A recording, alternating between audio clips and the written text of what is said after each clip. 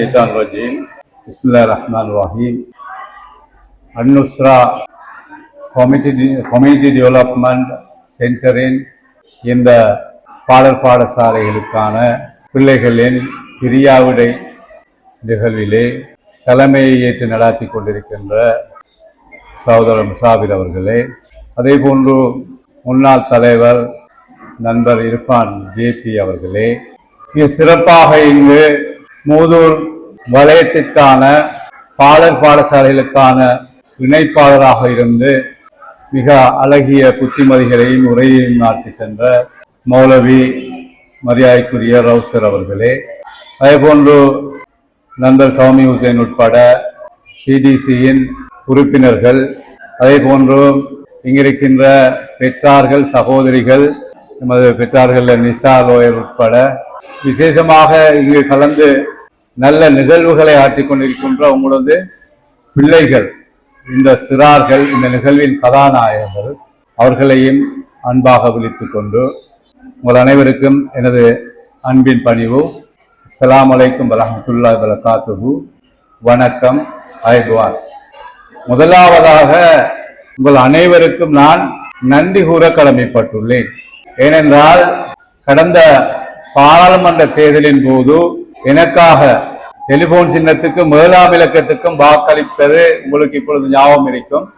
அந்த வகையிலே 24 வருடங்களாக இருந்த பாராளுமன்ற உறுப்பினர்களை விட என்னை அதிகமான வாக்குகளை அளித்து என்னை அதிகமான வாக்கு எடுக்க வைத்ததற்காக உங்கள் அனைவருக்கும் எனது மனமார்ந்த நன்றிகள். ஜஸாக்குமுல்லாஹ் ஹைரன். இந்த பாடசாலை இந்த நிகழ்விலே இந்த உங்களது சிறார்களின் இந்த நிகழ்ச்சியினர்களை பார்க்கின்ற பொழுது ஏனைய பாடசாலைகளில் உள்ள அந்த நிகழ்வுகளை விட ஒரு வித்தியாசமான அந்த பிள்ளைகளின் ஆற்றலை இங்கு காணக்கூடியதாக இருந்தது. ஏனென்றால் நான் 2012ஆம் ஆண்டிலிருந்து திருகோணமலை மாவட்டத்திலே பல பகுதிகளிலே இந்த பாடசாலை நிகழ்வுகளுக்கு சென்றிருக்கின்றேன். அங்கு 20 நிகழ்ச்சிகள் இருக்கும் என்றால் அந்த 20 நிகழ்ச்சிகளிலே கிட்டத்தட்ட 15க்கு மேற்பட்ட சினிமா பாடல்களும் ஆட்டங்களும் மாத்திரம்தான் இருக்கும். அல்ஹம்துலில்லாஹ், இந்த பிள்ளைகளின் திறமைகள், நீங்கள் இந்த ஆசிரியர்களையும் நான் பாராட்டாமல் இருக்க முடியாது. இந்த அன்-நுஸ்ரா பாடசாலை ஆசிரியர்களை, அவர்களின் பயிற்றுவிப்பும் ஒரு முக்கியமான ஒரு காரணமாக இருக்கலாம். நிறைய விடயங்களை அவர்கள் வயதிலையை தாண்டி அவர்கள் மனநமிட்டிருக்கின்றார்கள், அவர்கள் பாடமாக்கி இருக்கின்றார்கள். அது உங்களது குழந்தைகளின் திறமையோடு சேர்த்து, பெற்றோர்களின் பங்களிப்போடு சேர்த்து, இந்த ஆசிரியர்களின் அந்த பயிற்றுவிப்பும் ஒரு முக்கியமான ஒரு காரணமாக இருந்திருக்கும். அது மாத்திரமல்ல, உங்களுக்கு பாடசாலைக்கான இணைப்பாளராக ரவுசர் உங்களுக்கு கிடைத்திருப்பது ஒரு அல்லாஹ் தஆலா செஞ்ச ஒரு அருட்கொடை. ஏனென்றால் அவர் உரையிலிருந்து நான் நோக்கினேன், இஸ்லாமிய அடிப்படையில் இந்த பிள்ளைகள் எவ்வாறு வளர்க்கப்பட வேண்டும், எவ்வாறு ஊட்டப்பட வேண்டும், எவ்வாறு ஒரு தாய் தகப்பனின் பங்களிப்பு இருக்க வேண்டும், ஆசிரியர்களின் பங்களிப்பு எவ்வாறு இருக்க வேண்டும் என மிக சிறப்பாக சொல்லி காட்டினார். அதிலிருந்து இந்த சமூகத்தில் உள்ள தற்போதுள்ள சவால்கள், இந்த பிள்ளைகள் எதிர்காலத்தில் எதிர்நோக்க போகின்ற சவால்கள், பிரச்சனைகளை யோசிக்கின்ற பொழுது உண்மையிலேயே எங்களது சமூகம் ஒரு அதல பாதாளத்துக்குள் சென்று கொண்டிருக்கின்றது என்றுதான் கூற வேண்டும். நான் கிண்ணியாவை மாத்திரமல்ல, நமது மாவட்டத்தை மாத்திரமல்ல, இலங்கையில் உள்ள முஸ்லிம் பகுதிகளை சில சம்பவங்களை நினைத்து உண்மையில் கவலையாக இருக்கின்றது. என்ன நடக்கிறது என்றால், நமது பிள்ளைகள் வளர்கிறார்கள், வளர்க்கப்படுவதில்லை. நமது பிள்ளைகள் தானாக வளர்கிறார்கள், பெற்றோர்கள் வளர்க்கப்படுவது மிக குறைவு. இதுதான் ஒரு அதல பாதாளத்துக்கு விட்டு சென்றிருக்கின்றது. பிள்ளைகள் சொல்வதை நாங்கள் செய்கின்றோம், நாங்கள் சொல்வதை பிள்ளைகள் கேட்கவில்லை. இன்னைக்கு பிள்ளைகள் எப்படி வளருது சொன்னா, உதாரணமாக இப்ப எங்களோட ரவுசர் சொன்ன மாதிரி எங்களோட ஒவ்வொரு வார்த்தைகளும், பெற்றோர்கள் பாவிக்கிற ஒவ்வொரு வார்த்தைகளும் இந்த பிள்ளைகளோட உள்ளத்துல பசு மரம் ஒன்றுல ஆணி எப்படி ஏறுதோ அப்படி பதியுது, மிக ஆழமாக உள்ளத்துல பதியுது அந்த விஷயங்கள். நம்ம வீட்டுல நடக்கிற சில சம்பவங்களை ஒன்றென்று சொல்லி காட்டினால், இப்ப வீட்டுல ஒரு ஆள் நம்மள உள்ள வாப்பாவை ஒரு ஆள் தேடி வருது, வீட்டுக்கு ஒரு ஆள் வாப்பாவை தேடி வார வாப்பா இனி அசதியில தூங்கிட்டாங்க. வாப்பா என்ன செஞ்சிட்டாங்க? அசதியில தூங்கிட்டாங்க, நித்துற. அப்ப அம்மா என்ன சொல்ற, புள்ள பாப்பா எங்க புள்ளைகிட்ட கேட்டோடனே அப்ப வாப்பா சொல்லிடுற அம்மா கிட்ட, பாப்பா அங்க கடையை போய்த்தாங்க சொல்லு, இல்லாட்டி கடற்கரை போய்த்தாங்க சொல்லு, வேலை போய்த்தாங்கன்னு சொல்லுன்னு சொல்ற. யார் சொல்றா? வாப்பா அம்மாட்ட சொல்ல சொல்லி அம்மா சொல்லுவா, புள்ள செல்லு வாப்பா இதுக்கு கடற்கரை போய்த்தாங்கன்னு சொல்லி சொல்லி. சரியா? அப்ப இந்த பிள்ளை என்ன சொல்லுவாங்க? போயிட்டு பாப்பா கடற்கரை போய்த்தாங்க மாமான்னு சொல்லி செல்லும். இந்த பிள்ளைய என்னத்தை பழக்கிறீங்க நீங்க? நம்ம என்னத்தை பழக்கிறோம்? பொய் சொல்ல பழக்கிறோம். பொய் சொல்றதுக்கு அந்த பிள்ளை பழக்கிறோம். நாங்க சின்ன விஷயம் நினைச்சிட்டு இருக்கோம். இது பாப்பா அப்ப தூங்கட்டும் பாவம் மசதியில படுக்கிறேன்னு சொல்லி பிள்ளைக்கு ஆள் மனதுல நீங்க பொய் சொல்ல பழக்கிறீங்க. வாயில சொல்லி கொடுக்கணும். நாங்க நாடகம் பார்த்துட்டு இருந்து போட்டு நாங்க என்ன சொல்றோம்? டிவியில என்ன நாடகமா போறோம்?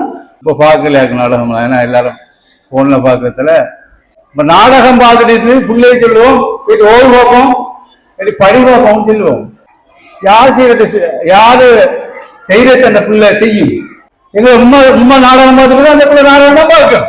இந்த பிள்ளையோட எதிர்காலத்துக்காக வேண்டி நாம இதெல்லாம் விடணும். ஒரு நல்ல பிரசையாக உங்களுக்கு நாங்க எங்களுக்காக பெற்றோர்கள் உயிரோடு இருக்கும் போதும் மரணித்த போதும் எங்களுக்கு துவாட்சிய பிள்ளைகளாக இந்த பிள்ளைகள் வளரணும். சொன்னா நீங்க வளர்க்கணும். இந்த பிள்ளை தானாக வளரக்கூடாது. நாங்க வளர்க்கணும். இந்த பிள்ளைகளை புத்தி சொல்லணும். எது சரி எது பிழை என்று அறியாத பருவம் தான் இந்த சிறு பருவம். இந்த பராயம் எது பிழை எது சரி என்று தெரியாது. அம்மா அப்பா சொல்றதுதான் அந்த பிள்ளைக்கு குர்ஆன் ஹதீஸ். எனக்கு குர்ஆன் ஹதீஸை பத்தி அந்த பிள்ளை தெரியாது. நீங்க சொல்றதா குர்ஆன் ஹதீஸ். அந்த பிள்ளை பெரிய ஆள வந்தது பிறகு குர்ஆனை படிக்கும், தர்ஜுமாவை படிக்கும், ஹதீஸை படிக்கும், ரசூலோட வாழ்க்கை முறையை படிக்கும். பெரிசா வரும்பறையிலே அந்த கட்டம் வரும்பறையிலேயும் அந்த இஸ்லாத்தையும் நட்பண்புகளையும் ஊட்டி வளர்க்க வேண்டிய எது சரி எது பிழை என்பதை ஊட்டி வளர்க்க வேண்டிய பொறுப்பு தாய்மார்கள் இருக்கின்றது, தந்தைமார்களுக்கு இருக்கின்றது, உறவினர்களுக்கு இருக்கின்றது. அதே மாதிரி சமூகத்தில் உள்ள முக்கியமான அமானிதங்களை சுமைக்கின்ற எங்களை போன்றவர்களுக்கும் இந்த அதிகாரிகளுக்கும் உலமாக்களுக்கும் இருக்கின்றது. இதே வெறுமனே நாங்கள் அந்த பிள்ளைகள் கட்டிக்கால பிள்ளைகள் தான் இதுவள் ஓகே இன்ஷா அல்லாஹ் நல்ல ஒரு நிலைமைக்கு வரும்போன்னு சொல்லி பார்த்தா அது சரி வராது. இன்னைக்கு போதை பழக்கம் உங்க அனைவர்கிட்டையும் சொல்லணும். போதை பழக்கம் இன்றைக்கு குறையோடி போயிருக்கிற சமூகத்தில் நம்மளோட போதை கஞ்சாண்டும் வீடின்னு சுருட்டு தான் சொன்னோம். இப்போ மிக டேஞ்சரான சாமான் வருவது குடு, ஹெரோயின், ஐஸ், கசூஸ் அப்படின்னு நிறைய ஐட்டங்கள் வரும். இந்த பிள்ளைகள் எப்படி ஸ்கூல் பிள்ளைகள் எப்படி பழக்கிறாங்கன்னு சொன்னா போதைக்கு அடிபணிஞ்சாக்கள் டொபி வடிவத்துல சாக்லேட் வடிவத்துல எல்லாம் வருவது. இப்போ சில போதை மாத்திரைகள். அப்போ நீங்க அந்த பிள்ளைகளுக்கு யாராவது கூட்டாளி மாதிரி என்ன செய்வான் பழக்கிறதுக்காக வேண்டி கொடுத்துருந்தா சாக்லேட் இந்தவாப்பா சாக்லேட்னு சொல்லி கொடுப்பாங்க. பிள்ளைகளும் ஒரு தூரம் திண்டிச்சுண்டா தொடர்ந்து கேட்கும். ஏன் அதுல போதை மாத்திரை இருக்கு. உங்களோட பிள்ளைகள்கிட்ட நீங்க சொல்ல வேண்டிய ஆலோசனை தாயையும் தகப்பனையும் தவிர வேறு யார் வெளியில என்ன தந்தாலும் நீ வாங்காதே சாப்பிடாதே இதை நீங்க சொல்லிக் கொடுக்கணும். ஏண்டா குறையோடி போயிருக்கின்ற போதைன்றது. இதுக்கு ஒரு ஃபெமிலி இன்னைக்கு இந்த டிஸ்பென்சரிக்கு ஒரு பொடியன் வந்தான். என்னடா அவனுக்கு காசு செலவழிச்சு போதைக்கு ஏலா போயிடுச்சு. அவன்கிட்ட கேட்ட என்ன செய்யறான்? அவன் சொன்னா மண்ணேத்த போறோம், எங்கேக்கு மண்ணேத்த போறோம். எவ்வளவு வருமானம் கேட்டேன்? 15,000 ஒரு நாளைக்கு வருமானம் மண்ணேத்தினான். எவ்வளவு போதைக்கு செலவழிச்சான்னு கேட்டேன்? ஒரு நாளைக்கு 9,000. இன்னைக்கு 15 வருஷத்துக்கு முன்னால நம்ம எப்போது ஒரு ஆஃபீஸர் கேள்விப்பட்டிருக்கோமா தற்கொலை செஞ்சேன்னு சொல்லி நம்ம முஸ்லிம் சமூகத்துல தற்கொலை கேள்விப்படல. அன்னை காலங்கள்ல நம்மளோட இளைஞர்கள் நம்மளோட யுவதிகள் தற்கொலைன்னு சொல்லி என்ன காரணம் நினைக்கிறீங்க? போதை காசு இல்லாம விட்டோன்னு உமாவை கொள்ள பார்ப்பான், பாப்பாவை கொள்ள பார்ப்பான்.